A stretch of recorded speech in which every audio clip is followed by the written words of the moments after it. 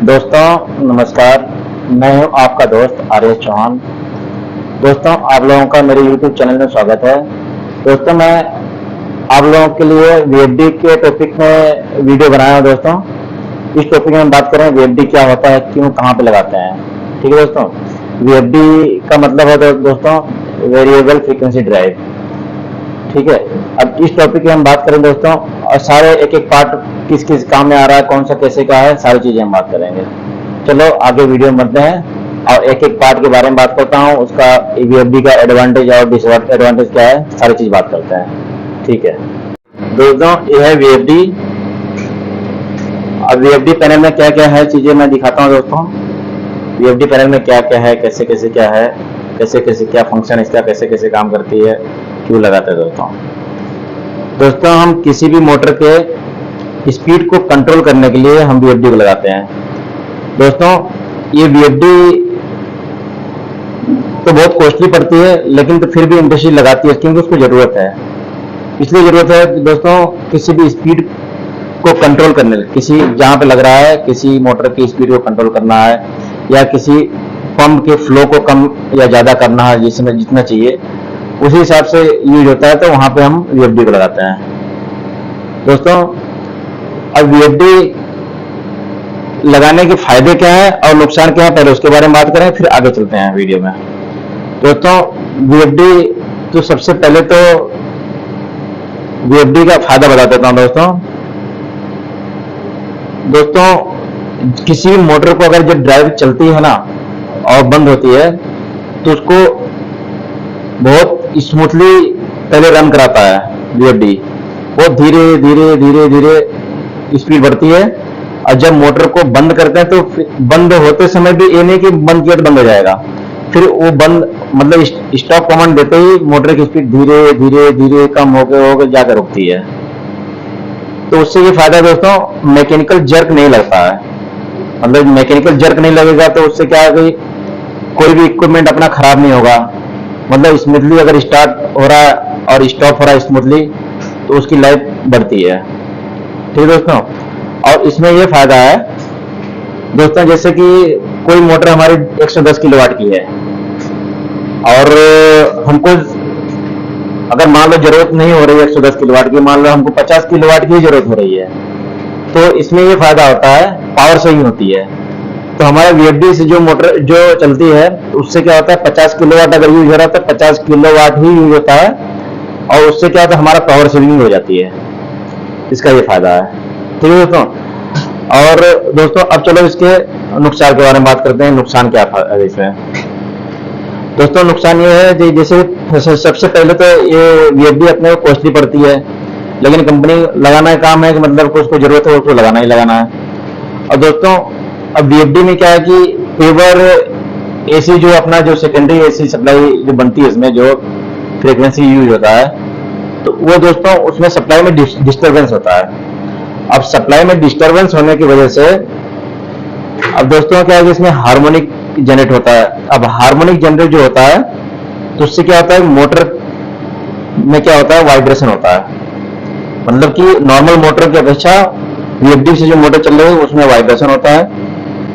और दूसरा दोस्तों उसमें हमिंग नॉइज आती है। ठीक है, हमिंग नॉइज आती है। और तीसरी प्रॉब्लम दोस्तों, मोटर नॉर्मल मोटर की अपेक्षा जो VFD की जो मोटर चलती है उसमें क्या होता है दोस्तों, हीटिंग होती है उसमें नॉर्मल मोटर की अपेक्षा। मतलब इसका दोस्तों ये डिसएडवांटेज ये है इसका। और चलो दोस्तों मैं सारी चीज मैं दिखाता हूं, मैं कैसे इसकी वायरिंग है, कैसे कैसे काम कर रही है, और चलो आगे वीडियो में दिखाता हूं मैं सारी चीजें। दोस्तों हम पहले इसके पावर से स्टार्ट करते हैं वीडियो को, इनकमिंग पावर से। दोस्तों ये इसकी इनकमिंग सप्लाई है। उसके बाद दोस्तों ये यहाँ से इनकमिंग से MPCB लगा हुआ है। MPCB के बाद आउट हो रही है ये, यहाँ से सप्लाई यहाँ पे जा रही है इस कॉन्टेक्टर 1 में। कॉन्टेक्टर 1 क्या होता है दोस्तों, VFD मोड और ड्यूअल मोड जो है, इसमें 2 मोड दिया हुआ है। किसी किसी में रहता है तो उसको इग्नोर करें, मैं जो इसमें इस VFD में उसको बता रहा हूं। मैं ये VFD मोड का कॉन्टेक्टर है। VFD मोड अब मैं जब डालते हैं तो वीएफडी मोड में जाके यहाँ से पावर वीएफडी में करा जाता है। अगर डीयूएल मोड में रहता है तो दोस्तों एक है डीयूएल मोड में, जैसे मान लो कि वीएफडी बाईपास अगर चलाना है हम, वीएफडी ये डीयूएल मोड है। डीयूएल मोड में जो 200 चलाता है तो हम स्पीड को कंट्रोल नहीं कर पाते हैं, मोटर की जो रेटेड स्पीड है तो फुल स्पीड चलती है। बस ये डीयूएल मोड ही हुआ। ये कॉन्ट्रैक्टर लगा हुआ है, इसका ये रिले लगा हुआ है, ओएलआर इसको बोलते हैं, ये चीज है। अब चलो दोस्तों वीएफडी, अब तो डीयूएल मोड समझ आया, वीएफडी मोड पूरा आपको दिखाता हूं मैं दोस्तों। ये तो यहाँ से आउट हुई तो इस कॉन्ट्रैक्टर सप्लाई जाएगी, इस कॉन्ट्रैक्ट इसमें वीएफडी में चली गई, ठीक है। अगर वीएफडी में चली गई, फिर वीएफडी जब आउट हो रही है यहाँ पे, इसमें दोस्तों ये चोक लगा हुआ है। अब चोक क्यों लगा हुआ है वो चीज मैं बताता हूँ दोस्तों। जैसे आप लोगों मैं बताता हूँ सप्लाई में डिस्टर्बेंस जो हार्मोनिक जो जनरेट होता है दोस्तों, उसी को ये कम करने के लिए, पूरा तो कम नहीं कर पाता, फिर भी जहां तक होता है उस हद तक कम करने के लिए इसको चोक लगाया जाता है, ठीक है। तो हार्मोनिक जो जनरेट होता है इसको कम करने के लिए ये चोक लगाते हैं अपन। और दोस्तों जैसे कि इंडस्ट्रीज में कोई मोटर लगती है, अब मोटर की क्या स्पीड होती है,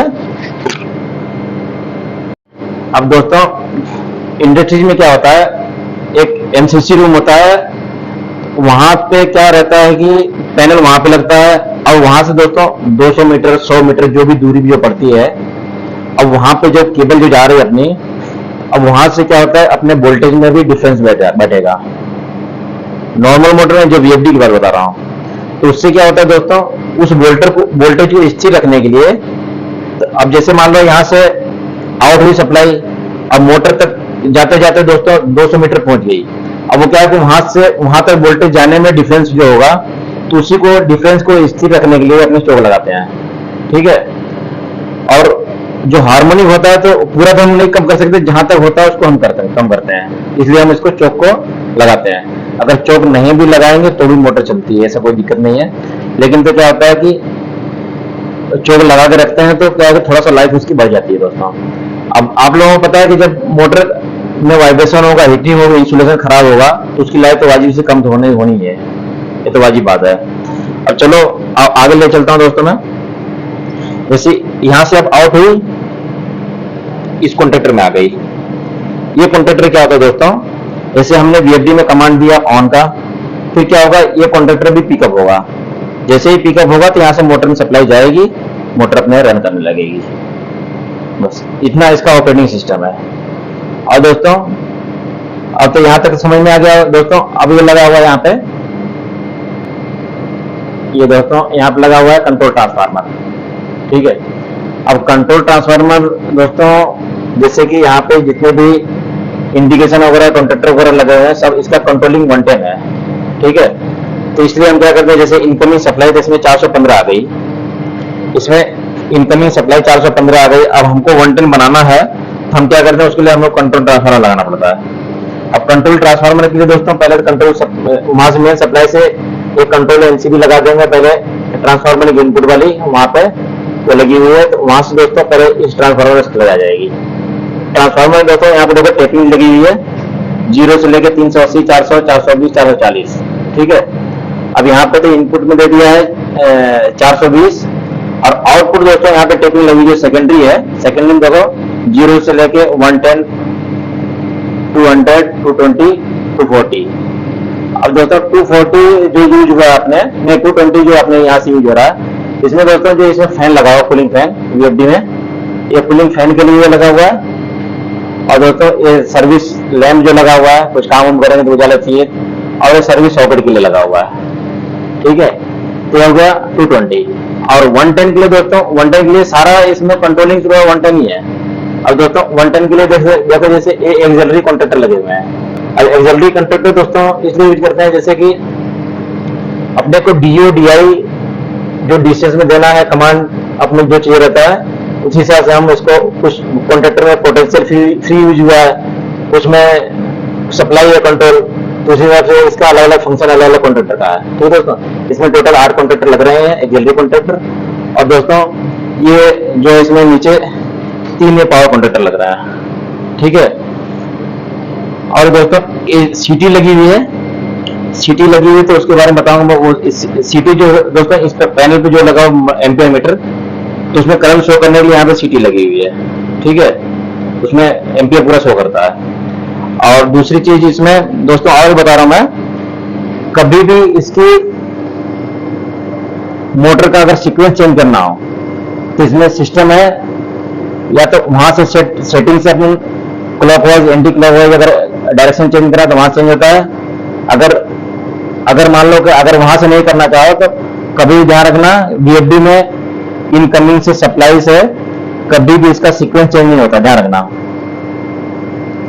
कभी भी इनकमिंग सीक्वेंस नहीं होगा। कभी भी अगर सीक्वेंस अगर चेंज करना है तो हम क्या करेंगे, जो मोटर में जो केबल जा रही है वहां पे चेंज करेंगे, मतलब वीएफडी के आउटपुट से जो रहेगा वहां से हम सीक्वेंस चेंज करेंगे, या तो मोटर के टर्मिनल बॉक्स हम चेंज करेंगे। ठीक है दोस्तों, और चलो मैं वीएफडी के बारे में पूरी चीज बताता हूँ, वीएफडी कैसे काम करती है। दोस्तों जैसे पहले वीएफडी में क्या होता है, पहले तो यहाँ से इनकमिंग सप्लाई एसी आ जाती है, ठीक है, एसी सप्लाई आ जाती है। फिर दोस्तों इसमें लगा हुआ है रेक्टिफायर, ठीक है। रेक्टिफायर क्या करता है, तो एसी को क्या करता है, डीसी में कन्वर्ट करता है, ठीक है। अब एसी को तो डीसी में कन्वर्ट कर दिया, फिर अब उसके बाद अपने क्या करना है, उसके बाद इसमें लगा हुआ है इन्वर्टर कार्ड, ठीक है। इन्वर्टर कार्ड क्या करता है, उस डीसी को फिर एसी में कन्वर्ट करता है। फिर जो एसी जो कन्वर्ट हो रहा है तो हम क्या करते हैं, उसी के ऊपर हम उसी फ्रीक्वेंसी के ऊपर हमारा कंट्रोल है, ठीक है।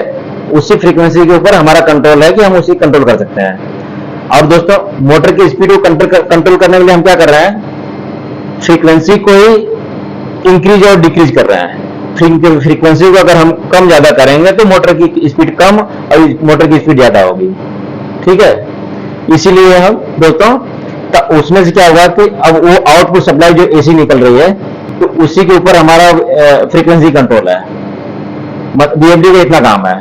और दोस्तों जो अब इन्वर्टर से जो सप्लाई निकल रही है, दोस्तों अपने घरों में देखा होगा आप लोगों ने, अब इन्वर्टर जैसे अपने घरों में जब लाइटें चली जाती है तो इन्वर्टर पे जब अपने पंखे चलते हैं तो आप लोगों ने देखा होगा उसमें आवाज आती होगी, ठीक है, हमिंग की आवाज आती है और थोड़ा स्पीड कम हो जाती है, ये सब चीजें है। इसीलिए मैं आप लोगों को जो बताया था, मैं हार्मोनिक जनरेट होता है दोस्तों। अब हार्मोनिक जनरेट होने से मैं बताया था वाइब्रेशन होता है, हमिंग नॉइज आती है, और उससे क्या होता है और मोटर की टेम्परेचर बढ़ता है। बस ये है, आप लोगों को आशा करता हूँ इसमें समझ में आया दोस्तों। और चलो दोस्तों मैं और चीजें मैं दिखाता हूँ दोस्तों। ये देखो इसके इंडिकेटर भी लगे हुए हैं इसमें, ठीक है, यहाँ पे इंडिकेटर लगा हुआ है। और दोस्तों मैं पैनल के ऊपर ले चलता हूँ और डिस्प्ले वगैरह दिखाता हूँ इसका क्या है।